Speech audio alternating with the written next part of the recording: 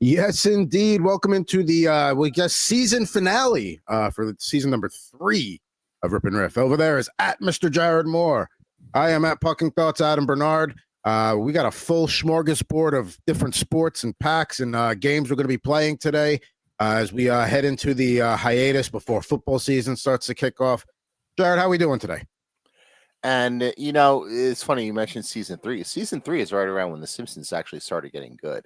Season 1, not very good at all, and season 2, not a whole lot better. But season 3 is right when we started finding, right when they started finding their beat. I say us, like I had anything to do with it, but I feel like we're starting to hit our groove there as well. Where like a fine wine, we're getting better with age.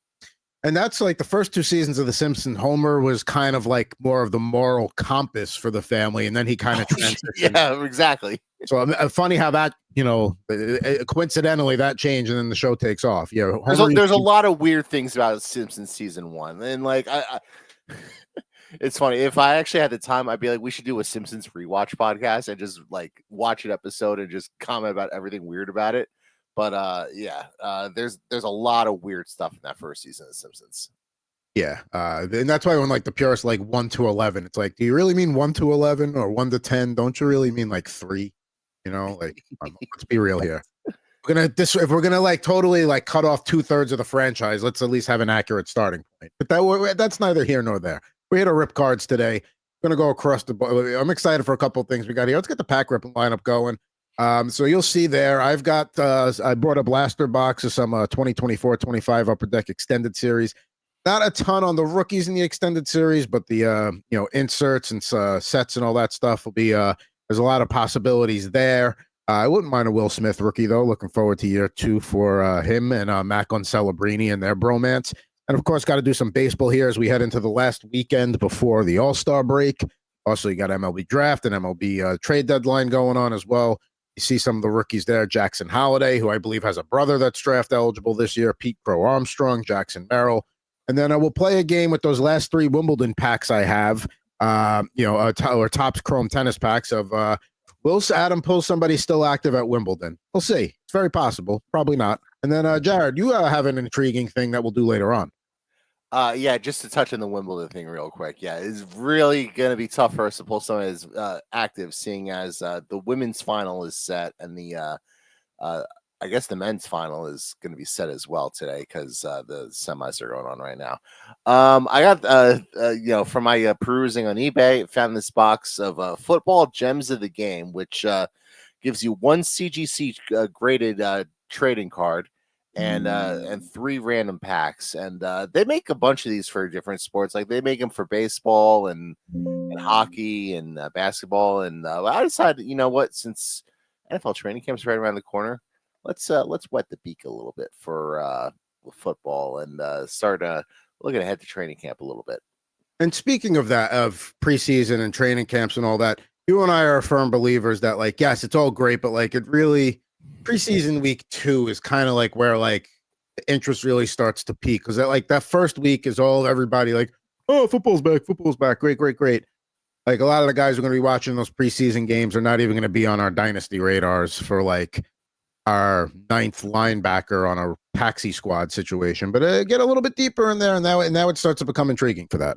And there's a lot of things about the NFL preseason that sucks. And like prime example is any beat writer that does play-by-play of training camp practices. Like, oh, well, Danny Jones completed, threw a one on the, he threw a dime in the corner of the end zone to so-and-so. And it's just like, don't care. I don't care what these guys do in 7-on-7 and shorts. Like, even 11-11 on pads and training camp practice, I don't really care because, it's your offense against your defense and all that sort of thing. I need to see it in the actual game. So, and I'm not talking about preseason games. I'm talking about like, week 1.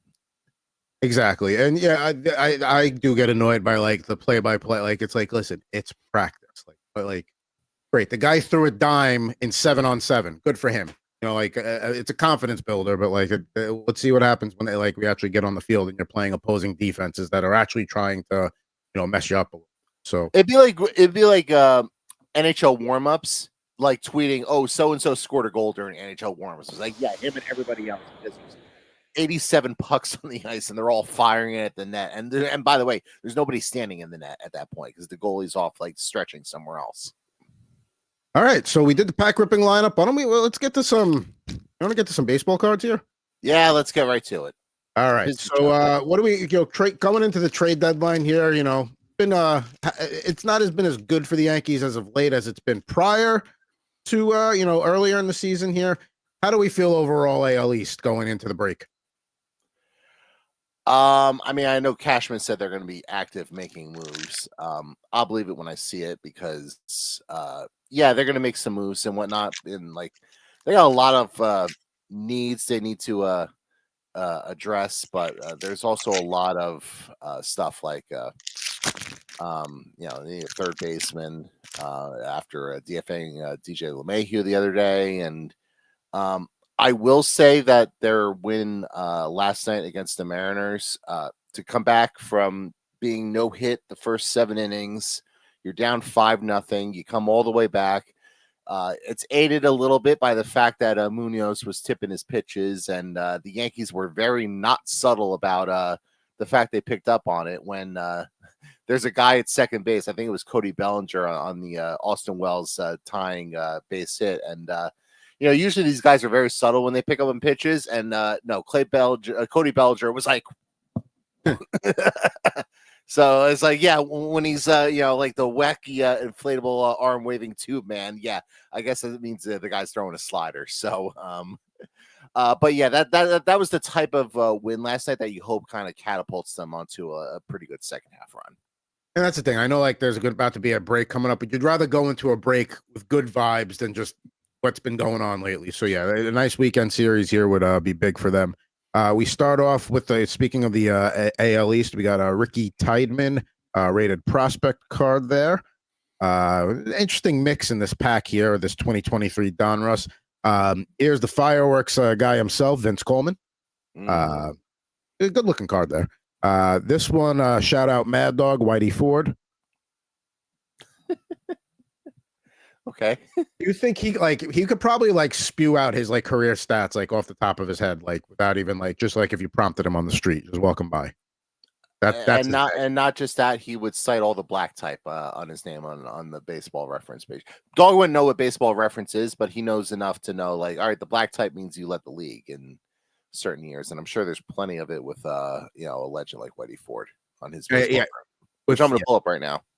He's Mad Dog is kind of like a walking baseball reference if you think about it like that. Let's see, we got Alan Trammell here. Definitely a lot of like older players in this pack. Guys that which I was watching when I was a kid. Yeah, a lot of black type, by the way, on Whitey Ford's name, and also underrated Simpsons cameo as well. Although I don't think he actually said anything on his Simpsons cameo. No, because he was knocked out from the pretzels. How could he say anything? It's just a dark day for baseball in general. Another Mad Dog favorite, early win. Of course, yes. Early win is I don't know. Shit. If I actually had time to think about it, I'd come up with a good early win joke. Maybe by the end of the show, season maybe here. All right, so you see the hamster slowly. The wheel's creaking, but it's picking up speed. Jordan Walker here with retro 90 retro there. We all remember those packs with the red borders, the 1990 Donruss. Jordan Walker there. Here's another Mad Dog guy, Mr. Joe Morgan. Yeah, Joe Morgan's a legend. Yeah, there we go. 20s. Yeah, I just wanted to make sure there wasn't a current player named Joe Morgan that I didn't know. All right, we got a little bit of a hit here with Mr. 3000, numbered 120 out of 249. All right, so this pack was out of a random plastic box there, but look at that Rod Carew, Mr. 3000. That's a nice one. You said Mr. 3000. I was thinking it was Bernie Mac from that movie. See, I think wasn't Mr. What was that? No, that was Mr. Baseball. That was Tom Selleck when he goes to Japan. That's right. Mr. 3000 was the Bernie Mac movie where he retired, and then I guess they found there was some glitch or something where he was actually 3 hits short of 3000. So he came back as an old man and played. I have to rewatch that one. I don't remember that one as well. It was not a very good movie. I mean, Bernie Mac, great comedian. That doesn't sound like a movie that I'm. That sounds like one that I'm like, you know what? I'm gonna go mow the lawn about halfway through it. Another rated prospect. We got Cam Collier. Then Tink Hence. That is some name. There, another rated prospect. All right, now we get to some. We're gonna get to some fun ones here. All right. First off, we got a Diamond Kings retro, Mr. Tom Seaver, best pitcher in Mets history. That. We've got Jordan Walker here, hologram parallel here, or optic parallel there, nice and shiny. All right, we've Kind of got mirrored there. I actually think that's a pretty lazy Photoshop there because you can see his name and his number backwards. They just mirrored it. Yeah, that's kind of. I mean, unless that's part of the deal there, maybe that was one of the sets that I didn't list. We got Tim Wakefield here also, optic there. Retro, nice looking. To rest in peace to the greatest knuckleballer of all time. I mean, the guy pitched for however long he did. He started with Pittsburgh, and then when he was on the mound, like it was like you never knew what kind of game it was going to be. It was always fun to watch. Yeah, there was a lot of that as well when he was with the Red Sox, and certainly frustrated the Yankees many a night with this knuckleball. So now we were hoping for a Jackson Holiday rookie out of this pack, correct? Because we have a purple parallel optic there. there you go. Oh, but it gets better. How about a 2023 Donruss Baseball Marvels featuring Jackson Holiday? That's a cool one. Yeah, it's cool. The whole comic book aesthetic to it. I like that.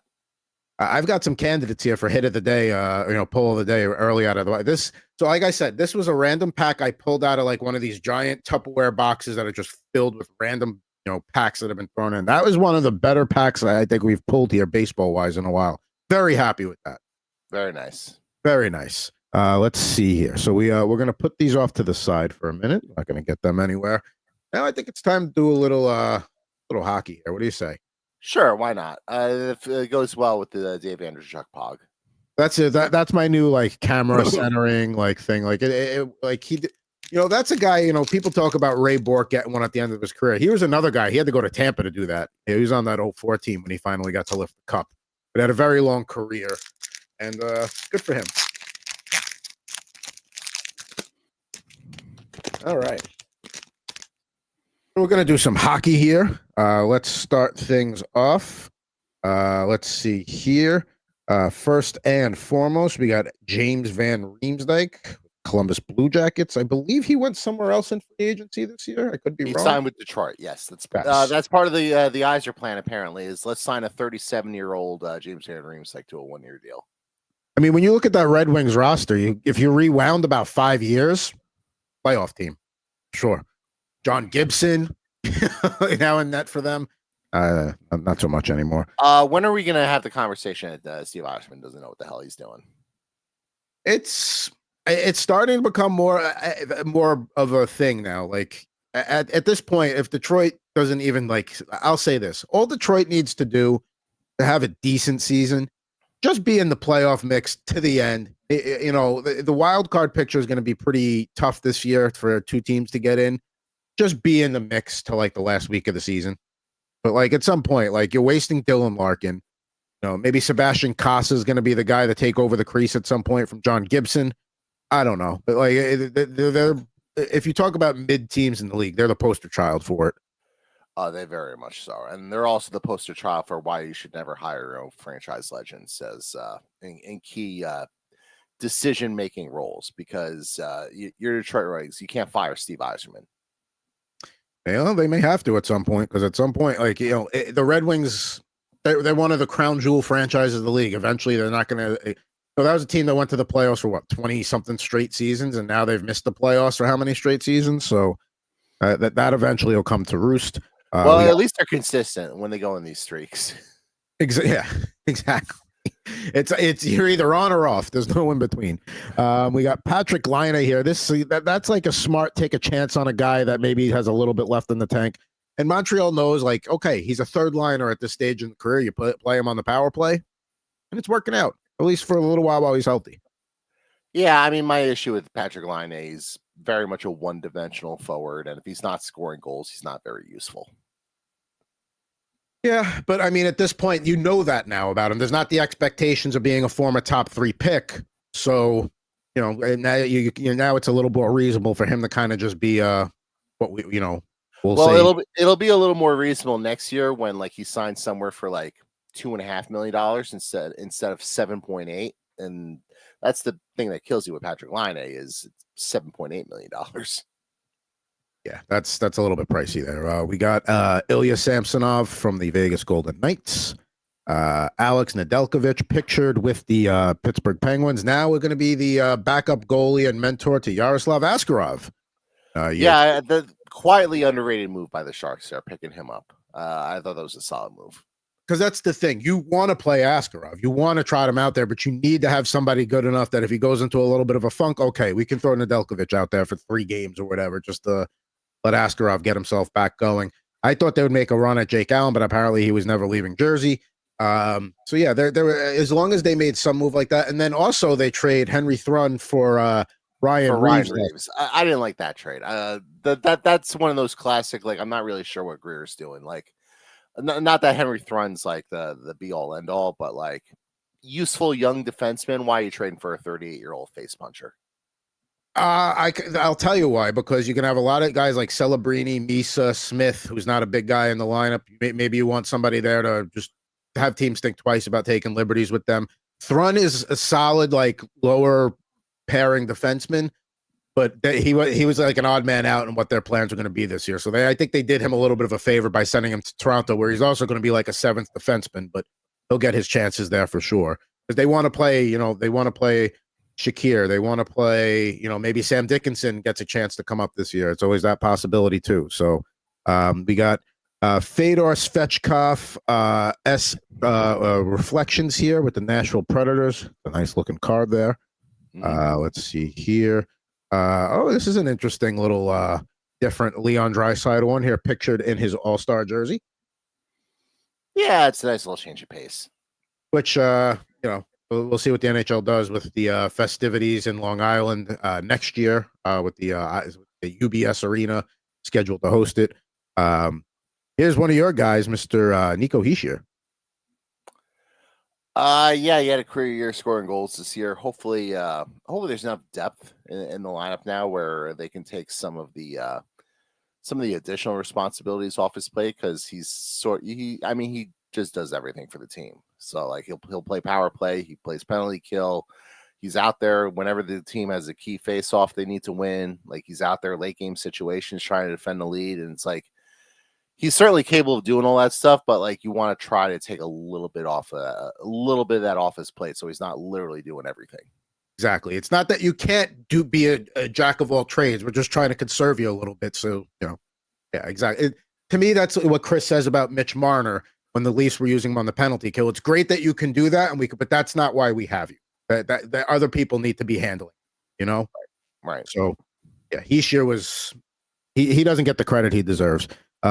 Brady Shea pictured with the Predators there. Well, I mean, he's just a quiet Swiss boy, so I completely understand.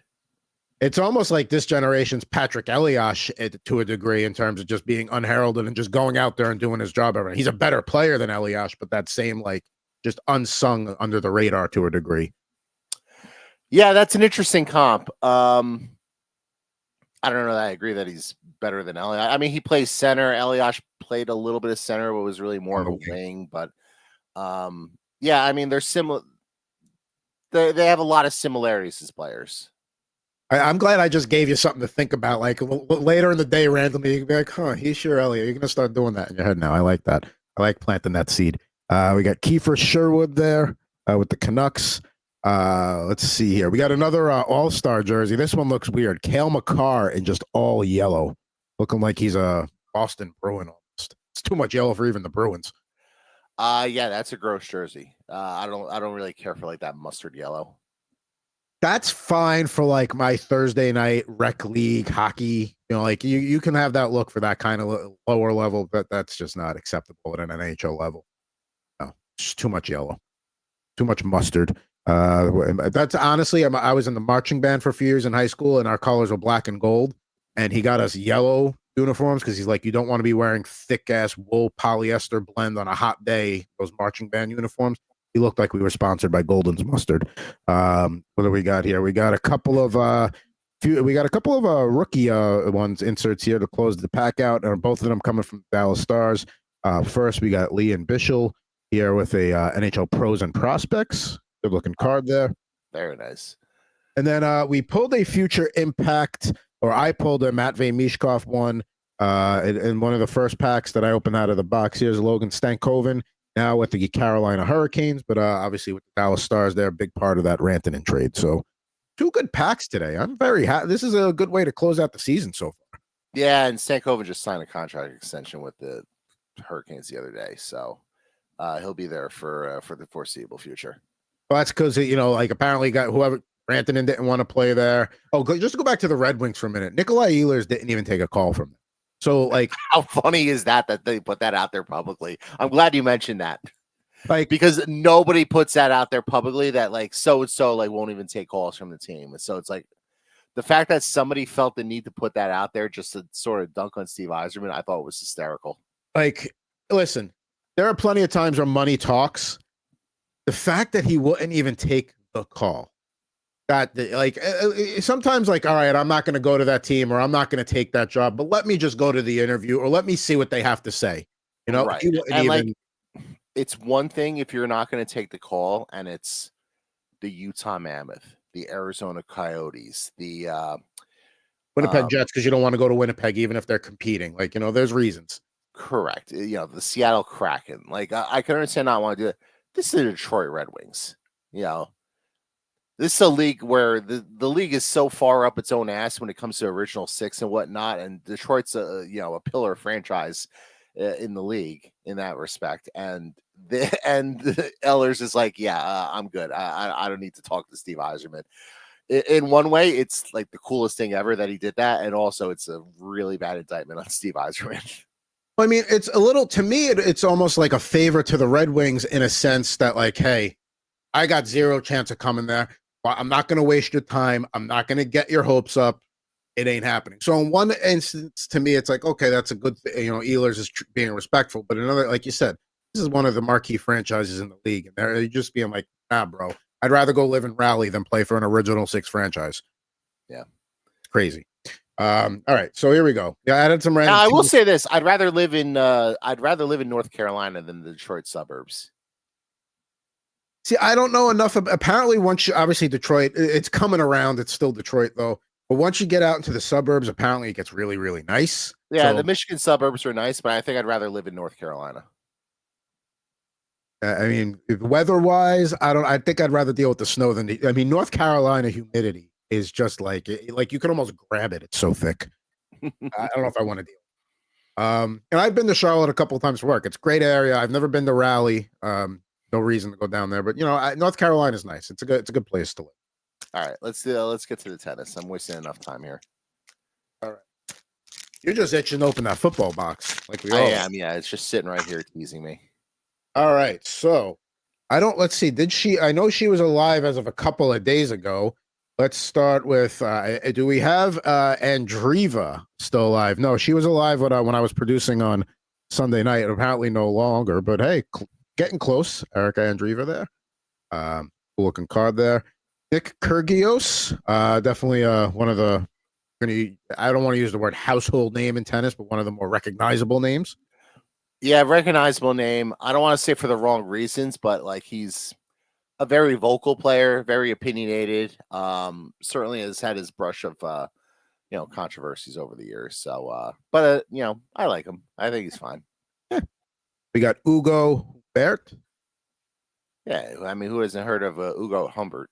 I mean, I'm going to his autograph signing next week once he's done with one. And then we've got Haddad Maya. This is like a captured parallel series, holding up one of the trophies from one of the tournaments there. Can't say I recognize which one it is. It's got to be a nice one, though, to be that kind of like crystal trophy. Yeah, that's one the sponsors didn't waste a penny on. No, that's one you'll actually put in the mantle on display or in the cabinet, the china cabinet or whatever.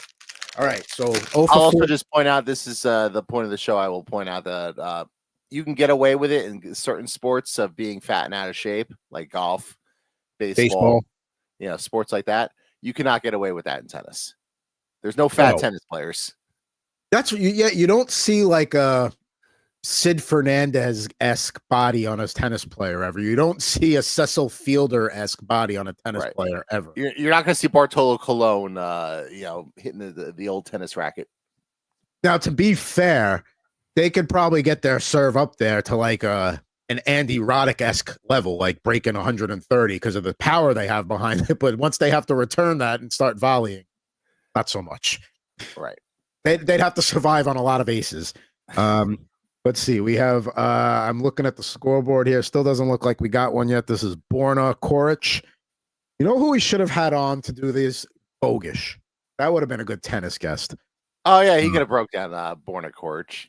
Or Victoria Golubic. Still don't have anybody yet. Let's see here. I'm looking at the scoreboard right now. Is that Martina Hingis? She's playing doubles. Good for her. We got Paula. What year is this? Good Lord.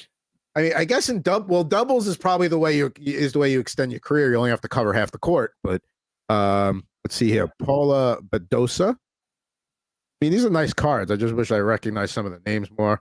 And then Anna Don't Blinkova. Sorry, that's a Zig Fracassi joke, but I had to make it. Would you believe me if I told you Martina Hingis is only 44 years old? I would have guessed she was like 60.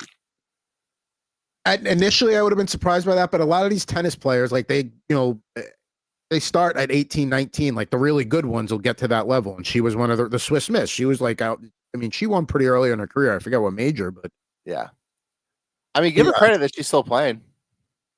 What to me, so she's 44, so she's a couple years older than us. So to me, like that's crazy for me to think that like when I was like sophomore year, junior year in high school, her tennis career was just like starting to like ramp off.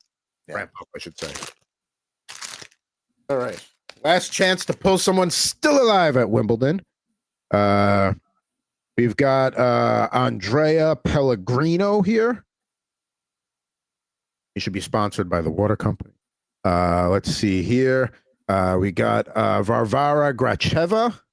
No dice there. Still don't have anybody still alive. We've got Wu Yi Bing. Hoping I'm saying that name right. And then last but not least, all right, we finally have a recognizable name. The second best of the Williams sisters, Venus. Yeah, what are the all-time greats? One of the all-time greats. And that's not to like disrespect saying the second best because like Serena Williams is one of the all-time greats, but Venus Williams had a pretty good career there too. It just gets overshadowed by Serena's just absolute dominance. Right. I mean, she's still like a maybe top 10 women's tennis player of all time. That's certainly not a slight. Like she's a historic player in her own right. So let's see. She's won 49 WTA Tour Civil and 7 majors, 5 at Wimbledon and 2 at the U.S. Open. So never won on clay or in Australia, but 5 Wimbledons and 2 U.S. Opens. That's pretty good. Yeah, I'll take that. I'd like to go to Wimbledon one day. I've been to the U.S. Open. Me and my dad used to go one night every year after it opened. That was always fun. I definitely miss doing that, but I would go to Wimbledon. I'd like to go check that out. It's kind of like the Wrigley Field or Fenway Park of tennis venues. It seems like a very snooty, rich white person thing to do. I'm not sure that I have interest in doing that. And that's, I get that vibe from the Masters, but then like you look at the prices they actually charge for food there, which is actually pretty reasonable considering it's like Masters has that say cloak over it, but once you're actually there, it's a little bit more everyman. Where Wimbledon is very like you have to wear a certain thing, can't wear certain things. So yeah, I'd go for like a day. I don't need to go more than that. All right, you ready to do some football? Yeah, I mean that almost sounded like Hank Williams Jr. for a minute. Open wide for some soccer. That was a good intro, by the way. Yes, the ultimate match to determine which country is the greatest one on earth, Mexico or Portugal. All right, so we got 3 packs in here along with the graded card. I think we're going to do the graded card first just because it is sitting here. So I'm slowly going to pull it out. I'm not going to see what it is. It's a 9.5. A 9.5 2023 Donruss Will Levis rated rookie. I should Wah, have hit the price. wah. Yeah, that is yeah. I mean, the 9.5. That's like what you're basically. I mean, they're not going to give you a 10 in a box like that. So a 9.5 is pretty good. But Yeah, the problem is 9.5 is also going to be Will Levis's quarterback rating. You're on a roll today, my friend. Every so often, blind squirrel finds a nut. All right, so we got 3 packs in here. I don't know if I'm going to open all these packs today, but let's see what we have. So we have a 2024 score football pack of 5 cards. We have a 2024 Panini Mosaic pack. Always a fan of those. And we have a 2016 Donruss football trading cards. I'm not going to open all these, but I'm kind of intrigued by that 2016 pack. I'm glad that's one of the ones you said you wanted to open. I'm very intrigued by that too. Yeah, so we can certainly remember some guys by opening this pack, assuming I can actually get the fucking thing open. So that's that's a 2016 pack, which means it's going to be the 2015 draft class, I think. It's the 2016 draft class. It's Jared Goff, Carson Wentz, Joey Bosa that year. I think it would be the 2016 class because it's the 2016 season. So yeah, so there you go. So 2016, those are the guys I just mentioned. Right. So we can get 15% off of our order at NFLshop.com if except that expired in 2017. So I'm glad they include those. Can't get that, and we also can't do the Kid Reporter for Panini, but we can break down some of these cards here, and such as pretty good cornerback for the Giants, Dominic Rodgers-Cromartie. Yeah, DRC. He was a good secondary shutdown corner almost. He had his period where he was a top corner for a few seasons. We have a legend here, a legendary Terry Bradshaw, quarterback here for the Pittsburgh Steelers. I like that retro look, but then they use the team colors to make it pop. I like that a lot. We have I think it was either safety converted to linebacker or linebacker converted to safety. I forget which, but we have Mark Barron here with the LA Rams. And yeah, that position's becoming, now that's something that defenses are really looking for in the drafts is that guy that can play linebacker safety. He's just like a Kyle Hamilton, Kyle Duggar, those kind of guys, just linebackers that could move with a freakish safety speed. Yeah. In a way, he's ahead of his time there. Yeah. We have Ted Ginn Jr., who, if you want to have an interesting football debate, I don't want to say Ted Ginn Jr. Hall of Fame debate because I think it's it's pushing a little bit, but we could have the conversation. Ted Ginn Jr., did he have a good career debate? All right, pulled him up on Pro Football Reference. 3 years in Miami, a few seasons with the Niners, then with Carolina, Arizona, the Saints, and the Bears.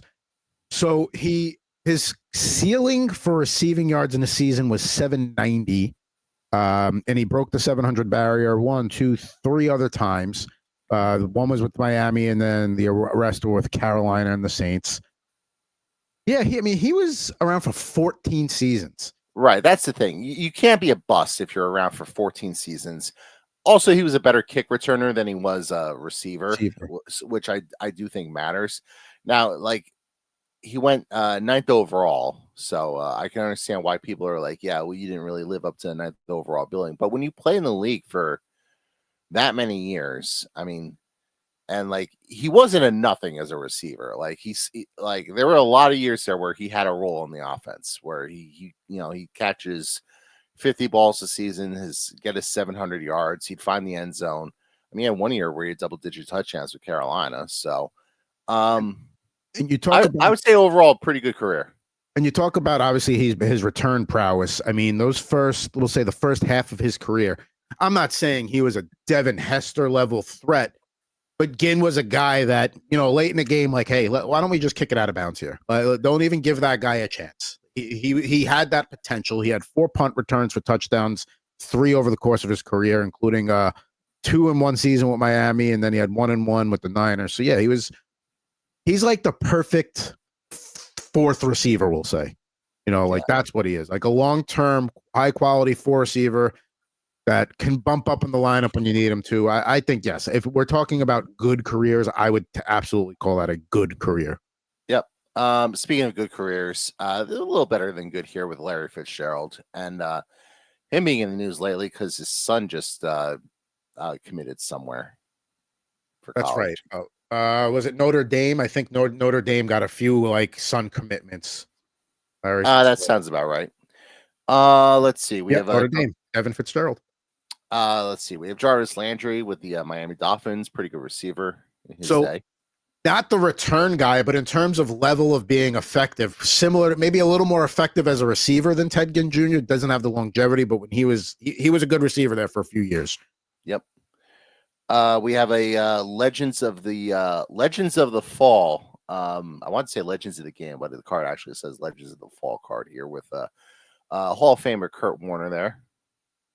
With the Rams, also played with the Cardinals and the Giants. Yep. And we have, last but not least, a rated rookie Dak Prescott card here.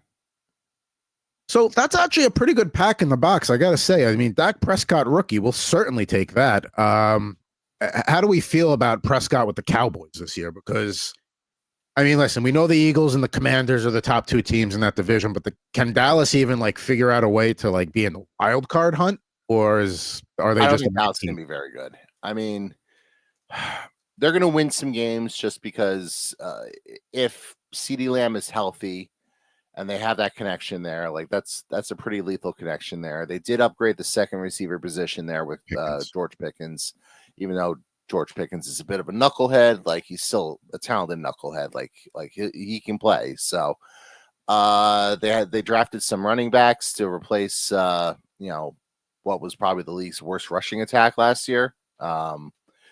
Between like Rico Dowdle and what's his face, Ezekiel Elliott, who doesn't have anything left in the tank. So, I mean, they should be better than they were last year, but I don't necessarily think they're going to be very good. Like they might be like, yeah, you just put up the win total there. 7.5. That's a rough number because that's like right on it. I would take the under. I think they're like a 6-11 type of team, and the fact that you're getting plus money, I would lean towards the under. Well, the one thing that concerns me is that they're probably still better than the Giants, and they'll probably beat them twice. So that's 2 wins right there. But so, you could make the argument that's 4 losses to the Eagles and Commanders. Right. But like, can you find 6 more wins on the Cowboys schedule to get to the over? I would guess you probably, I mean, it'll be close, but I think they're a 6-11-ish type of team. Well, the NFC East has, in general, because of the way the schedule rotation works out, they have a tough schedule this year. I mean, all right, let's just do it. We're talking about the Cowboys here. Let's just do it. At the Eagles, week 1, loss. Yep. First the Giants win. At Chicago, that's interesting. Giving them a win or a loss there. At Chicago? At Chicago, late afternoon game. I'm going to give the edge to Chicago. All right, if the game was in Dallas, I'd say Dallas. All right, so 1 and 2. We got Green Bay comes to Dallas next. We're going to say 1 and 3.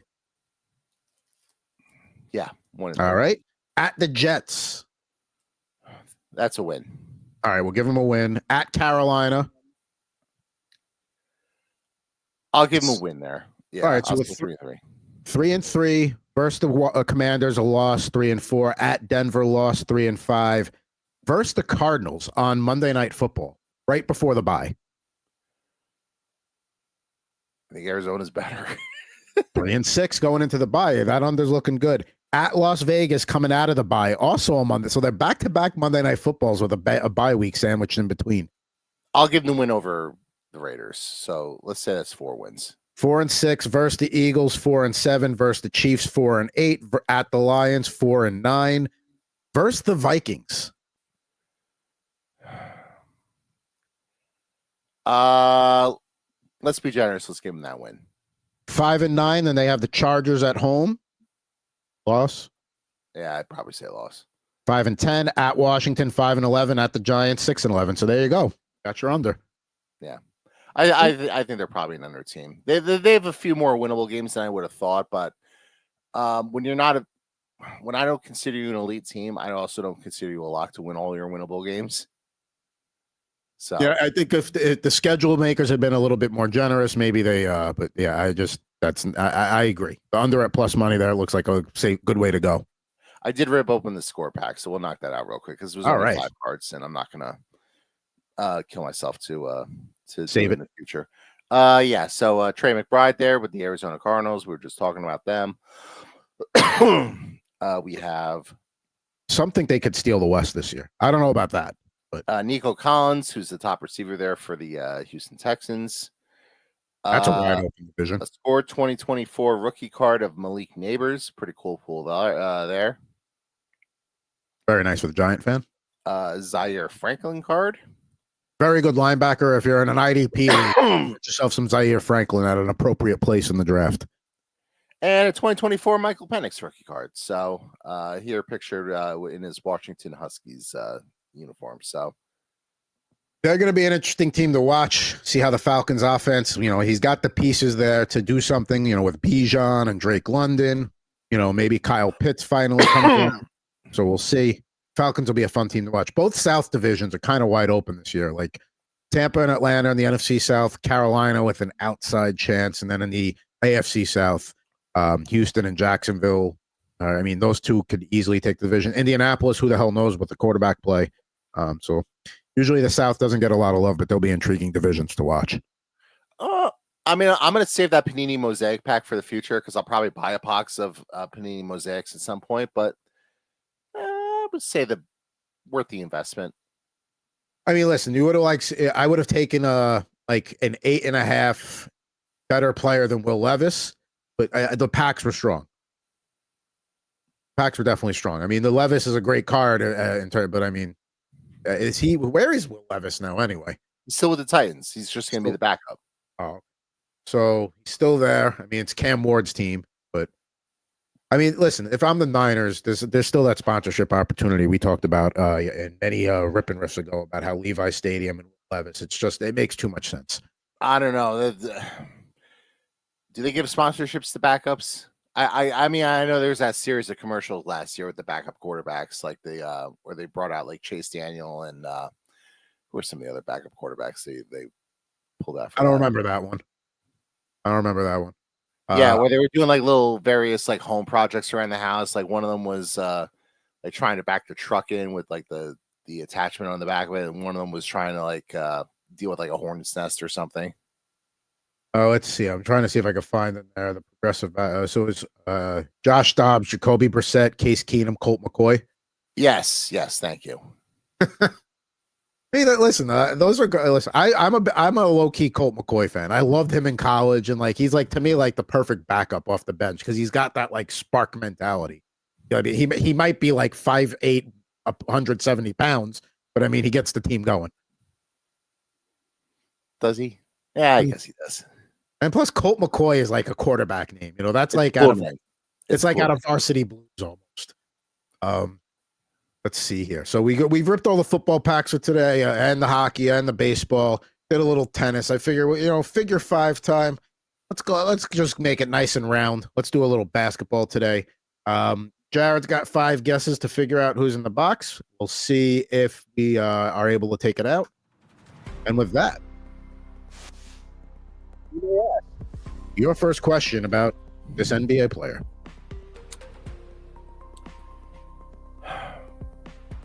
You ever hope to catch a glimpse as I'm passing it over to have it ready?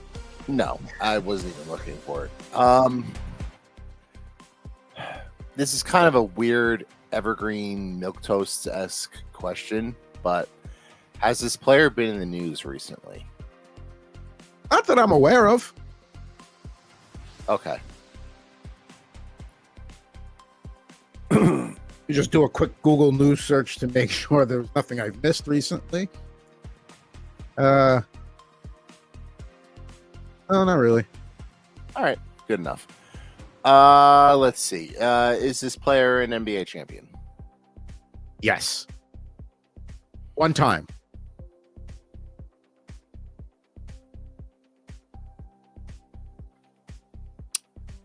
Is this player in the Hall of Fame? Sure is.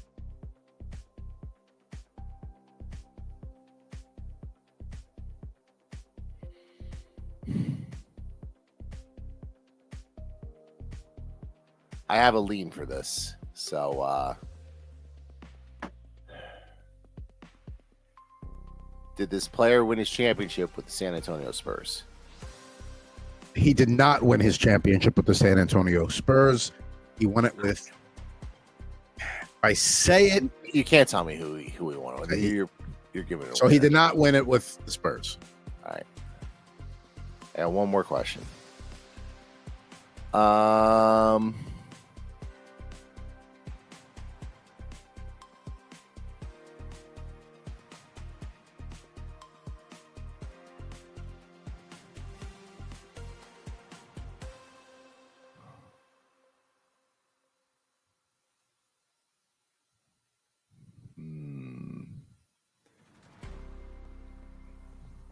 So he did not win it with the Spurs, but he is, no doubt about it, Hall of Famer. He won his champ. So the team you would think about him with first that he spent a lot of his career with was not the team he won his championship. But you'll absolutely remember the team he won his championship. Right. I kind of figured where that was sort of the direction you were kind of going in with that.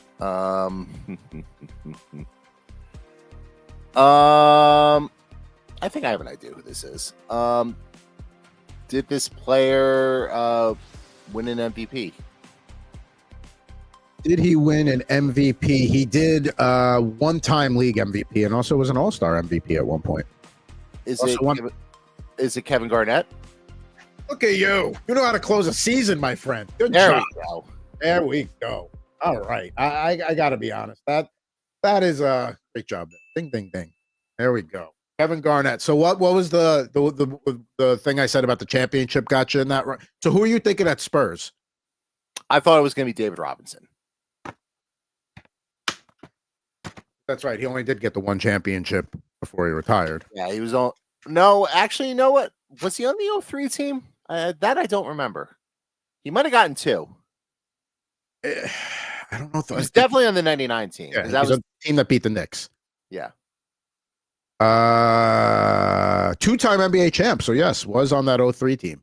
Yeah. I mean, by then it was the end of his career, but he was still there. Like he was there for it. So yeah, he was still playing 26 minutes a game that season. But it's not nothing. That's not nothing. No, like even though you said what you said in regards to like him from one team, but he won his title with the other, I kind of figured that was what the case was going to be, anyways.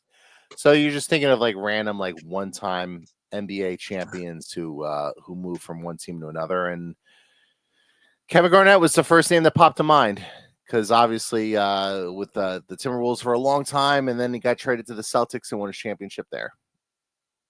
Also, one of the great nicknames in sports, the Big Ticket. That was always one of my favorites there. So that is the card that comes in the box with along with the figure. There he is. I can't quite see who's guarding him there. It looks like an old Washington Bullet. Yeah, that's the Timberwolves era of KG. And then here he is, doing his thing, putting up a shot by the basket. I mean, one of the first greats to come out of high school. I mean, him and Kobe are, I would say, the two best to come. Him and LeBron are those the top three to come straight out of high school all time? I mean, you're probably asking the wrong person, but yeah, those are certainly three of the best players of the last 30 years, and they all came out of high school. So yeah, I think that's a fairly reasonable assumption.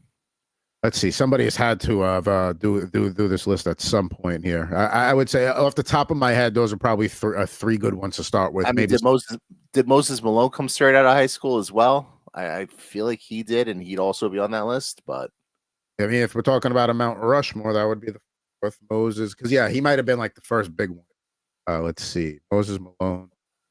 Let's see here. Drafted, NBA debut. He played in the ABA, career length. Doesn't have a college. Yeah, it was high school. He was straight out of high school. Well, look at me pulling out random NBA nuggets of facts and all that sort of good stuff. I feel like Nick right here. To be fair, when you're in 1974, when you're 6'10", 215, that's a good guy to take a shot on out of high school, considering the average height was much shorter back in the 70s there. Yeah, but 6'10", 215, like, dude, you better add like another like 40 pounds of muscle because you are a string bean. You know what, though? I'm not going to, listen, Moses Malone had quite the career with the frame he had, and he definitely was bulkier at one point for sure, because that does seem like low. But yeah, passed away back in 2015. But great nicknames there. Chairman of the Boards, Big Mo, Octobull, Odine, chairman of the boards. That's the perfect one right there. I don't know if there's not enough rebounding nicknames anymore. You got round mound to rebound, chairman of the boards, Windex man. That's really it. You can't really do much beyond that. No, you can't. I like Mr. Clean, I guess. Mr. Clean. If he's bald, he's got to be bald. He could have been Carnett, but Big Ticket was way better. He's going to be joining the starting lineup studio audience that, if I remember from this season to the next, he will be a part of. A couple of weeks ago, Vinny Lecavalier got out of the box. So I decided to do a theme of weather you don't like, unfriendly weather. So you got the Tampa Bay Lightning, you got the San Diego Chargers there, which they were San Diego back then with Ryan Leaf, Carolina Hurricanes, Trevor Kidd there, 1998, and then the Miami Heat with Glenn Rice from the 93 line there. So unfriendly weather. Now, I'm going to ask you a question here. I've never been to this city, but from what everyone tells me, San Diego is like the perfect city. Like maybe the best city in the country in terms of just, it's expensive to live there, obviously, but like in terms of like year-round weather and whatnot, like it's basically like 70 every day and, absolutely gorgeous. So like, why would you say San Diego is unfriendly weather? Here's what the Chargers, the Bolts. So the Lightning, that's what makes it unfriendly. Oh, okay. So you were actually going with the actual team mascot. No, I thought you were just going with the city.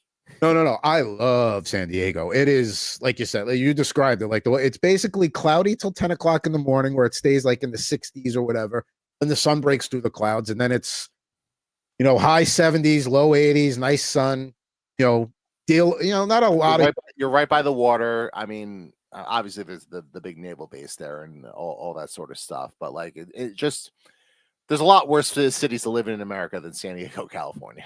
It's one of my favorite cities to visit. It's when I initially moved to California, I was pushing for there. I was convinced to move to Northern California, and that's fine. I love it up here. But yeah, San Diego, we go pretty much every other year. It's a repeat vacation destination spot. I love it down there. I can see myself retiring down there one day. Love San Diego. But that's going to do it. We got pulls of the day quick here. I'm just going to throw up mine. I got the Rod Carew numbered Mr. 3000, number 120 at 249 there. So that one is definitely going to go in the sell box. Maybe got a buck or two for that one. Who knows? But yeah, I like that one a lot. What was your best pull of the day? I mean, I like the Malik Neighbors rookie card there. I think that's a pretty cool pull there. And there was one in the other pack as well. Maybe it was the oh jeez. Hey, it happens. It does happen, and now I gotta fix the camera. You can see my ceiling fan there. The Legends of the Fall Kurt Warner card as well there. So I guess we could put that on the list as well. But I think I like your cards better this week. I do have the Marvels Jackson Holiday, which is pretty cool, and then also the Jackson Holiday there. So yeah, I'll take the last one for the season. Now, to stay in touch while we take a little bit of a hiatus here, of course, you can always reach out to the show anytime, RipNRiff@gmail.com. And you can also follow us on Twitter at Pucking Thoughts, at Mr. Jared Moore, at Rip N Riff. Jared, I'm sure we'll have some Devils content as the summer goes on there at allaboutthejersey.com. And he's going to be collecting a lot more material for at Jared Moore Poker over the coming weeks here.